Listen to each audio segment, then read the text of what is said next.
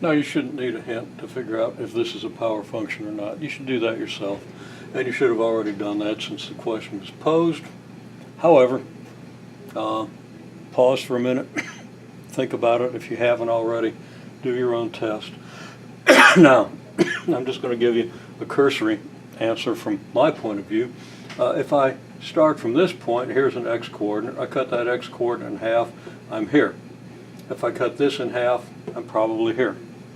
Now, if I go from here to here, well, let's say from here to here, it looks like y increases by a factor of at least 4. Okay? Now, if I go from here to here, by what factor does y increase? Is it the same factor? Is it clearly the same? Is it clearly different, or is it ambiguous? Okay? So, if it's ambiguous, you say, yeah, it could possibly be. If it's clearly not the same, well, then maybe you check and see, did I really transform this function properly? Maybe you go back and look at the original and ask yourself the analogous question, assuming an origin here and an x-axis that goes this way. There are many ways you can approach it to determine whether it's plausible that this thing transformed by these simple transformations, none of which would change the basic power function nature of a function, gives you a power function. And then we can say that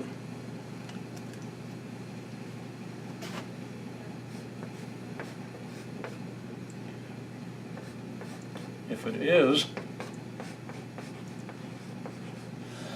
then the original function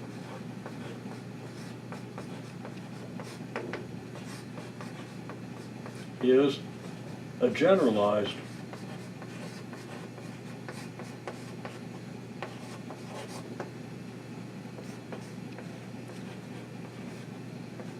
power function of the form y equals f of x equals a times x minus h to the p plus k. Now, I've mentioned this generalized form back in the first introduction,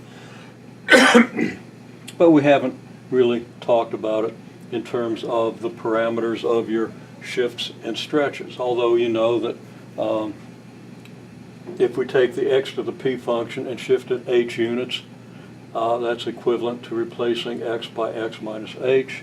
If we vertically stretch it by factor a, and if we vertically shift it by factor k, then we could easily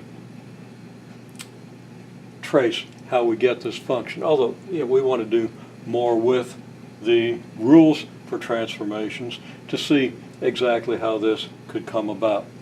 But the payoff here is there are three simple geometric transformations you can make: horizontal, horizontal shift, vertical shift, and a reflection that allows us to test whether this sort of thing would be true. If this doesn't give us a power function, then the function here, the original function, doesn't have the, isn't a generalized power function, doesn't have this form. So if this is the function y equals f of x, if this is a power function, then this function has this form. If this isn't a power function, it doesn't. There's no p, no h, no k, and no a that would make it so.